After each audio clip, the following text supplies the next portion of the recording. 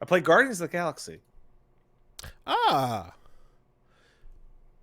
I hear it's pretty good. So, before I continue, the time that I spent with Guardians of the Galaxy, at least on stream, was sponsored by Square Enix, Eidos, and the third-party company GameSite, in which they paid me some monies to play the game on stream.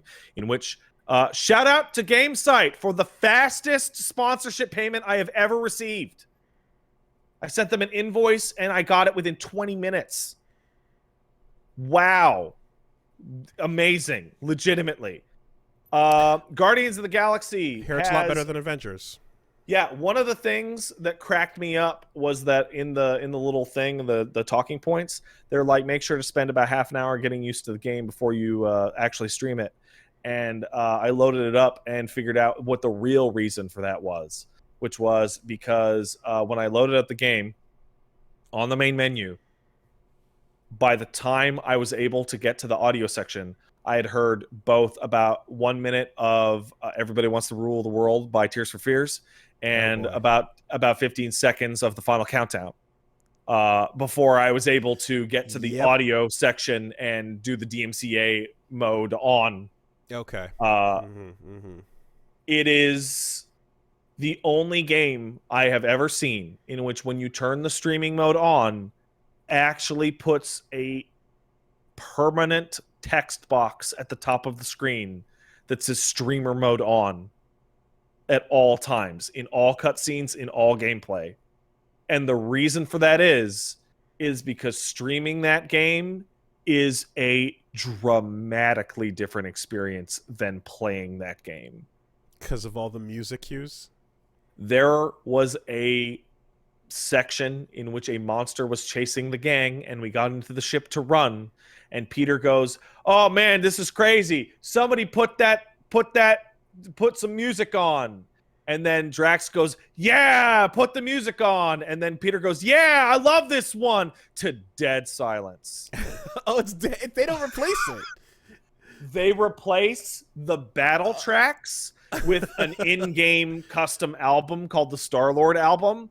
Yeah. But a huge variety of cutscene music and event music is replaced by fucking nothing. Oh, man.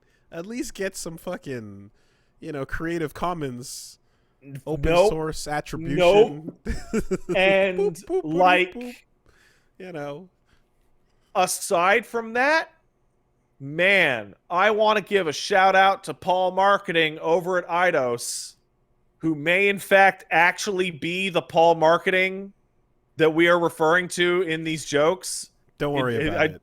I don't know if Paul still works there. Let's not get too precise. Anyway. But the stage shows, the demos that showed this game off, did a really bad job of showing this game off. This game is actually very enjoyable and fun to play. It is basically a slightly more linear Mass Effect. What I did not expect is that when I started the game up, I would spend about half an hour walking around the ship talking to crew members like it's goddamn Mass Effect. Okay. And the not being able to switch to the other party members thing, not that bad? Yeah? No, it's fine. It's once you're actually in it, and they're essentially power-ups. It works well. It's well written. It's funny.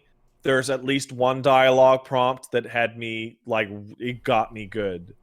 Like burst out, like, knee slapper, like, you did it. If anyone knows the one that I'm referring to, I'm talking about Doing the Math. But, yeah, it's a really good time. It's a lot of fun. It's a pretty good game. And that was just after a 2-hour period. I'm going to check back in next week once I redo that same section from the start with the music on. Streamer mode. And right. I bet it will be a full, like, 2 points on the scale up. Because the fighting has, like, dynamic music, apparently, and all the scenes have music selected for this purpose. Okay. And it's like, wow. I mean, there's might just as well be playing it muted. There's no way around, like, this problem, but I figure like a half point between dead silence and fucking getting struck would be just replacement music, you know? They do replace some of the music with the in-game album. I think it would be good to do all of it, but it just to make it That not seems completely infeasible. Yeah. Apparently, the new Life is Strange game takes the just cuts literally all music out of the game entirely. Damn. And so you'll have like long form dramatic scenes in complete silence. What if you got all the actors to do shitty a cappella covers with kazoos That'd and be then pretty play? good, actually. That probably still gets sued actually because I know covers are also not Yeah. okay under DCMA. But yeah, no, Anyway. it was really enjoyable. I felt very happy with my time in it. Obviously take this with a grain of salt because this opinion, the attention I gave it is at least paid partially. But it's such a weird situation because like I'm being paid to show this game off, and I'm like, dude, I am showing off a obviously inferior version of this. Like a genuinely inferior version is the only one that I can do. That was the only question I had when they sent the email in was, can I turn the DMCA mode on because otherwise I'm not touching this? And like, absolutely, you can absolutely use the DMCA mode. There's no problem. And I'm like, man, that must have been the question every single person asked them. Yeah, just for a game where the music is such an important part of the identity. And There's also just no like that, winning. after the film, like, yeah, no, the music, like 80s tracks synced up to the beat and the action and the moments is totally part of the Guardian's identity. And Yeah. like without it just doesn't hit the same way. I'm very much looking forward to playing that on my own time, not on stream. Yeah, I mean, so before this, I think I saw there was like a gameplay, like 10 minutes video or something like that, and it seemed like it was pretty solid. Looked like it was pretty good. And then I think Max took a look and also was enjoying that. Cool. Okay. Yeah. Anything to do better than the Avengers situation? Completely. Well, that game's just bad. So that game's just straight up bad. So, good job. Yeah.